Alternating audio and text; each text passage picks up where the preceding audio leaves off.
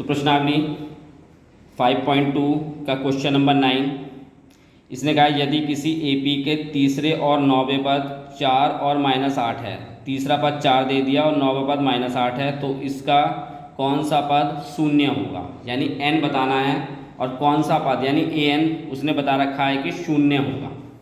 ठीक है, तो आपको उसने दे रखा है तीसरा पद 4 है, a3 कितना दे दिया उसने 4, यानी यहाँ पे n हो गया, ये n कितना है 3, भाई an होता है ना, तो यहाँ पे n हो गया। अब उसने a3 का फॉर्मूला क्या होगा, a + 3 - 1 d, n की जगह 3 रख रहे हैं आप, और a3 कितना दे रखा है आपको 4, तो 4 बराबर हो जाएगा a + 2d। इसको आप इधर उधर करके भी लिख सकते हो, तो a + 2d बराबर कितना हो जाएगा 4। ये हो गई पहली समीकरण। फिर 9वां पद उसने कहा है कि -8 है, तो a9 ये उसने दे दिया -8 है। ठीक है, ऐसे यहाँ पे n दे रखा है ये, तो क्या होगा a + 9 - 1 d बराबर हो गया -8। ठीक, अब a + 9 में से आप 1 घटाएंगे, कितना आएगा 8d बराबर -8। ये आ गई आपकी दूसरी समीकरण। अब दोनों को आपको हल करके यहाँ पे a और d की वैल्यू पहले निकालनी है। ठीक है, क्योंकि जब तक a और d की वैल्यू नहीं होगी तब तक क्वेश्चन को में हम आगे की वैल्यू नहीं रख सकते। तो बड़ी इक्वेशन यही है, तो हम क्या करेंगे, समीकरण 2 में से समीकरण 1 को घटाने पर, ठीक है, ये घटाने हैं बच्चों, तो a + 8d बराबर -8 हो जाएगा, 8 हो जाएगा, और a + 2d बराबर कितना हो जाएगा 4। अब आपको पता होगा जिस समीकरण को घटाते हैं उसके साइन चेंज कर देते हैं, अगर प्लस के हैं तो माइनस के हो जाएंगे, माइनस के हैं तो प्लस के हो जाएंगे। तो ये सारे साइन इसके प्लस के थे तो माइनस के हो जाएंगे। ये प्लस का a है, माइनस का a कट जाएगा। अब 8d में से आप 2d घटाएंगे तो कितना आएगा 6d।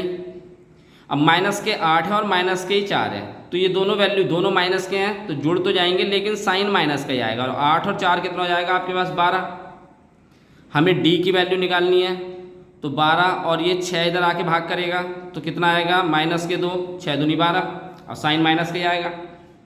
अब हमारे पास d की वैल्यू आ गई। ये d की वैल्यू हम किसी भी समीकरण में रख देंगे, तो हम रखते हैं इसको समीकरण 1 में।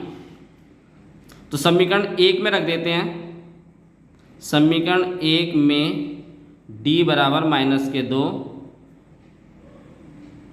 रखने पर, तो क्या है आपके पास समीकरण 1, a + 2d बराबर 4, d की जगह कितना रख रहे हैं आप -2, तो a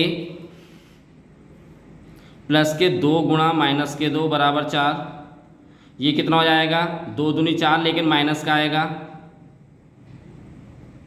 और ये -4 इधर चला जाएगा, तो a बराबर कितना आ जाएगा आपके पास 4 + 4, यानी a बराबर आ जाएगा बच्चों आपके पास 8।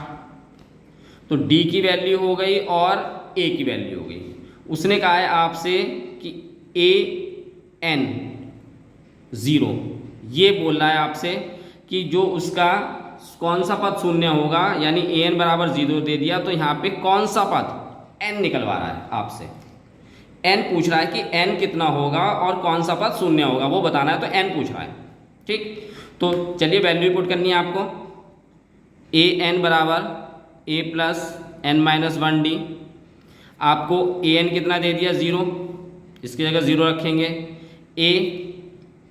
a बच्चों 8 है और d कितना है आपके पास -2, तो चलिए a की जगह तो आप 8 रखेंगे, n आपको निकालना है, और d की जगह आया था आपके पास -2, तो ये 8 इधर माइनस का प्लस का है, इसको इधर लेके आएंगे क्योंकि हमें तो n की वैल्यू निकालनी है, तो इस 8 को इधर लेके आएंगे, प्लस का है माइनस का 8 हो जाएगा, n - 1 और -2।